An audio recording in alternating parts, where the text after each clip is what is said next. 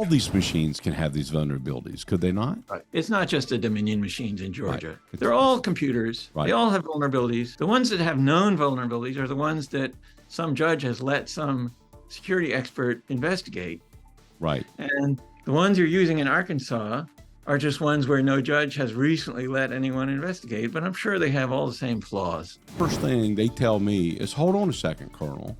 Let me school you on this. We do an LNA test. We do a logic and accuracy test. We ensure that these machines are working properly prior to the election. In fact, we even do a public demonstration by law, and we show, and nobody comes, they say, but they said we show that we run a stack of these ballots through the machine, and they are 100% accurate every time. There's no way they can possibly be manipulated because they're not connected to the internet.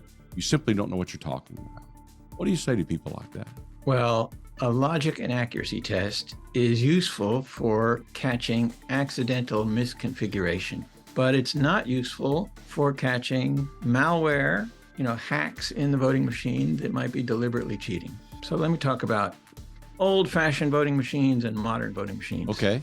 More than 100 years ago, people invented mechanical lever action voting machines where you walk into a booth and there's lots of little odometers recording votes behind the screen. And those were not computers. They weren't really programmable. The mechanism worked the same way today as it would tomorrow. And if you did a logic and accuracy test before the election to make sure that the mechanism was all working, then very likely it would work the same way during the election. But that was 100 years ago, or 60 years ago, or 40 years ago. This is the 21st century, and now we have computers. And the essential thing about a computer is that you can change the program. You can install new software in it. Every one of us that has a computer or a phone, we know that new software is being installed every month, every week. We get our software updates, we install our apps, we change out our apps. The whole thing about a computer is you don't know what software is in it today.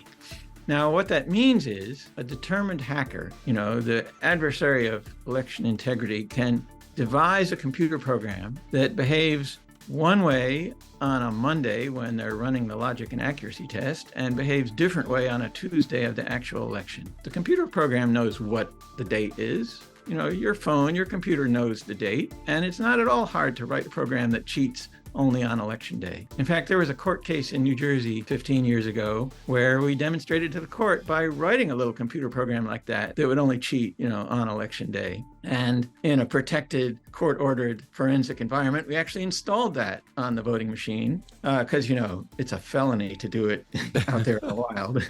And demonstrated this. And I'm not the only one to demonstrate this. It's just a basic fact of computer science that it's not hard to write a computer program that behaves this way one day and that way another day.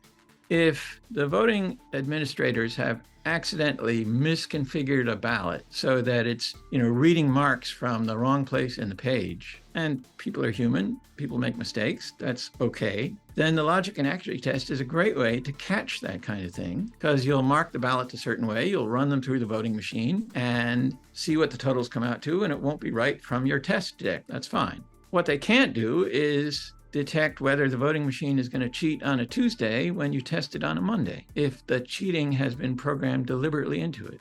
Now, we don't believe that these computers are routinely programmed to cheat, right? We just know that it's possible to do that, and we want to make sure that our elections are trustworthy, even in light of reprogrammable computers. And for that, the logic and accuracy, the LNA tests are not useful. Let me give you an example of one type of auditing where let's say that a team goes into a county and they pick out randomly 8 or 9 boxes out of 100, and they say, we're going to look at one race in the general, just the general, and they look at one race and they open up a box and they tape from the DS200 or whatever machine does the tabulating, says there's 500 ballots in this box, 450 votes for candidate A and 50 votes for candidate B, and they hand count those, say, yep, there's 500, and yep, there's 450 for this candidate A and 50 for candidate B, and they do 8 other boxes out of 100, and they go 100% accuracy. Is that good enough? It's not good enough. It was sort of the best we knew how to do 20 years ago,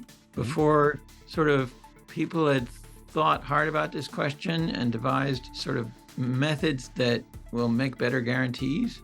So because that was how people thought about random audits 20 years ago or more. That's what you find written into a lot of state laws. And it's, there's two important limitations of that. First, if you only count some of the ballot boxes, then to get the same level of statistical guarantee, you got to do a lot more work. Out of 8 or 9 ballot boxes, each one has 500 ballots. That's a lot of counting to have to do. But the more important limitation is that some states say, well, you only got to pick one race to recount, to audit. And that means the machines, if they were hacked, they could get away with cheating in the other contests that you didn't audit. So it's a very weak kind of guarantee that you're getting with that old-fashioned kind of audit. And it's really inadequate.